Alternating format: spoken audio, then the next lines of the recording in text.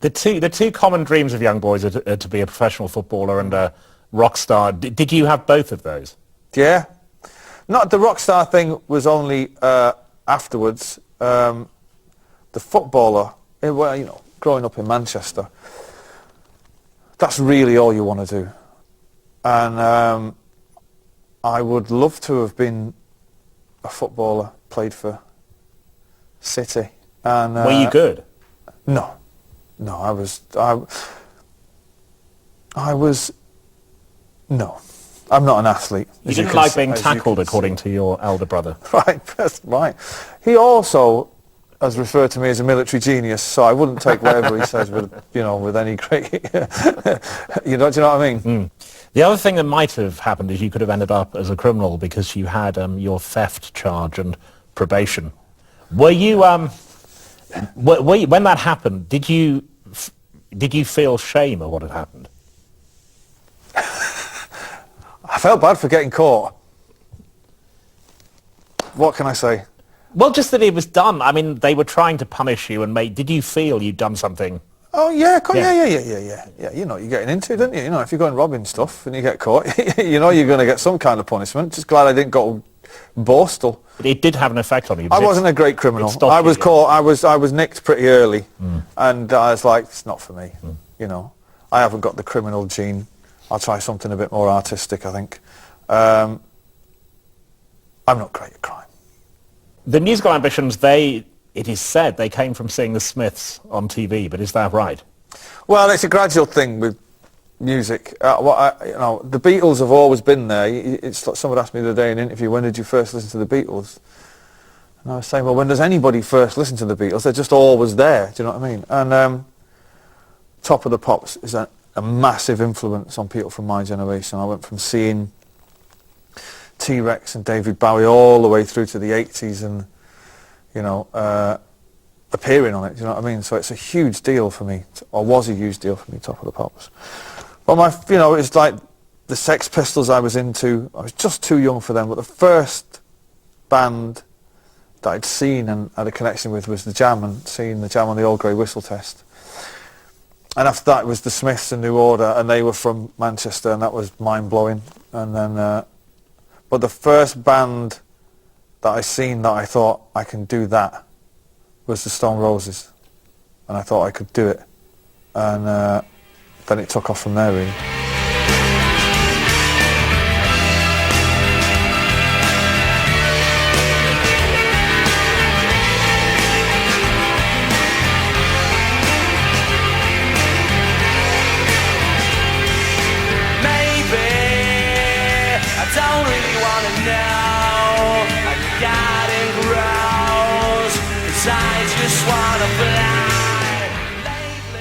And in that spell when you were doing various jobs, working for your dad in his concrete company and then other jobs, were you one of those people who thought that you would get out of it, that you would make something of it, or that was it?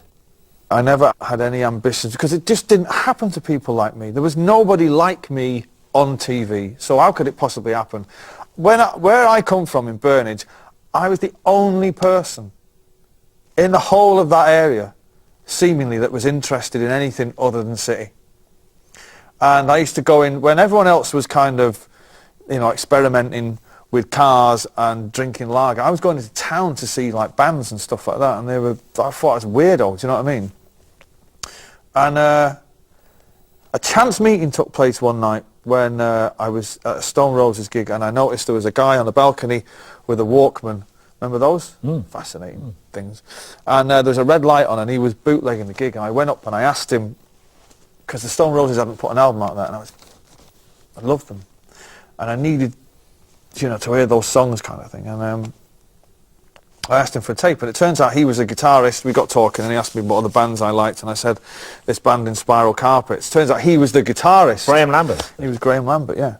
And I didn't recognise him, and I'd seen them a lot. I'd been to see them, and so he said that the singer at the time was leaving, and would I audition to be the singer, because I knew the songs. And I said, yeah, wow, great. And I didn't get it. Obviously I couldn't really sing till about 4 years ago, and I was only kind of 21 at the time. And but they asked me to be their roadie, and then that's where it kind of took off for me. You know, I met, because where I came from, nobody was in the music game, nobody at all. Nobody came from Burnage, no one. And then I just met. It's where I met Mark Coyle on a tour bus. He was, produced our first album. It's where I met loads of people. And once you're around like-minded people, that's when it starts, you know. And then when I was kind of, sound checking equipment, and then I had, I wouldn't call it a dream, but I thought I could easily do this. Just got to find the right people. And is that when you started writing songs? No, I started writing songs maybe before that, but not only. I started playing the guitar. There was a guitar in our house behind a door. Still, nobody's got to the bottom of why that guitar was there, because nobody could ever play it, unless my mum's kind of had a secret bluegrass pick. I don't know. And I used to get grounded a lot for robbing and stuff, and not being at school. And I learned to play Joy Division bass lines on one string, and then I went to two strings, and then the first thing I could play was House of the Rising Sun. So once you can play a few chords, the next thing is to write a song. And but I didn't really start writing songs with any seriousness until I joined Oasis. So when you were roadie in Inspiral Carpets, you were on a US tour, you came back. It was, in effect, it was Liam who got you into the... Well, it wasn't in the States, so it was on a European tour. I was in Munich, and I called home, the weekly phone call, asked my mum how everything was, and I asked how Liam was. Maybe the only time I've ever asked how Liam was ever on a phone call. And she said I was out rehearsing, and I was kind of, what? Rehearsing what? And she said, he's in a band and he's the singer. And I laughed. I couldn't believe it. All those years I'd spent sharing a room with him, and I'd play the guitar, and he'd be sat staring at me just going, learn as a fiver, learn as a fiver, learn as a fiver, learn as a fiver. Said, get out! Fiver. And never dawned on either of us that, and I was like, he's a singer in a band. And by the time I got back to Manchester, they were doing a gig, and I went to see them, and I thought they had something. They had a couple of songs, and I thought they were good. And I was shocked at him on stage, and I was like, wow, doesn't look out of place, And one thing led to another. They asked me to be their manager. So I was like, man, I don't want to be a manager. And they badgered me into going to rehearse with them for a while, and then one Sunday I just went, and joined in, and the rest is history. And well, we have to talk about some of that history. It was control. I mean, even from early on, it was about who would be in charge. Well, no, there is. Yeah, that's a great story, and we all might have played that up at the beginning. But our first ever gig, there is a cassette of it going around somewhere. It's not all my songs. It's mostly their songs and maybe two of mine. And but I got the bug pretty quickly when I heard my songs being played back to me by this band in a room. Something happened, and then I started to write furiously. And the next day was like, try this. And then I got on such a mission with it that it quickly became apparent that, I was writing so many songs, I became the songwriter. But there is the myth that I went in and said, before we go any further, I want you to know that I'll be writing all the songs. And that was a great story at the time, but it's not strictly true. And everybody was quite prepared to let me, do it at the time. But it is one of the fault lines, though, isn't it? Because in a lot of the splits in bands, there just is this division between the songwriter or songwriters and the rest. Because for a start, they make they make a lot more money, and it's very hard to avoid that in bands, isn't it? I guess you'd have to speak to the others. Do you know what I mean? But the songwriter has a status. Well, yeah, but what I will say to that is, I never said to anybody else, you are not allowed to write songs. This is my thing. Nobody was bothered up until 1999 or year 2000 when Liam wrote his first song.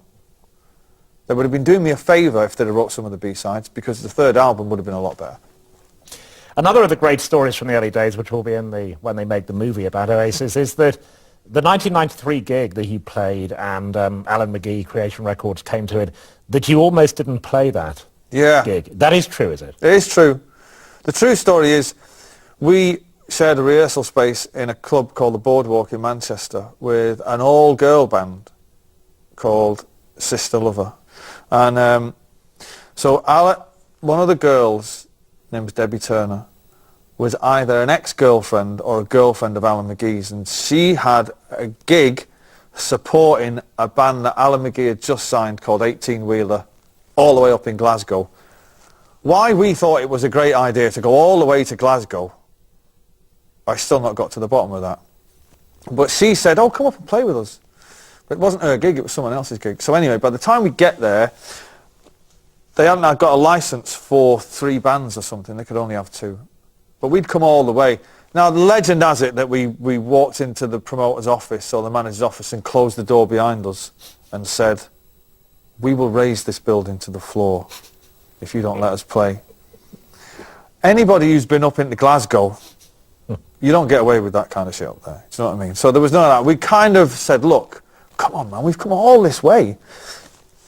And he said, you can have 20 minutes as the doors open.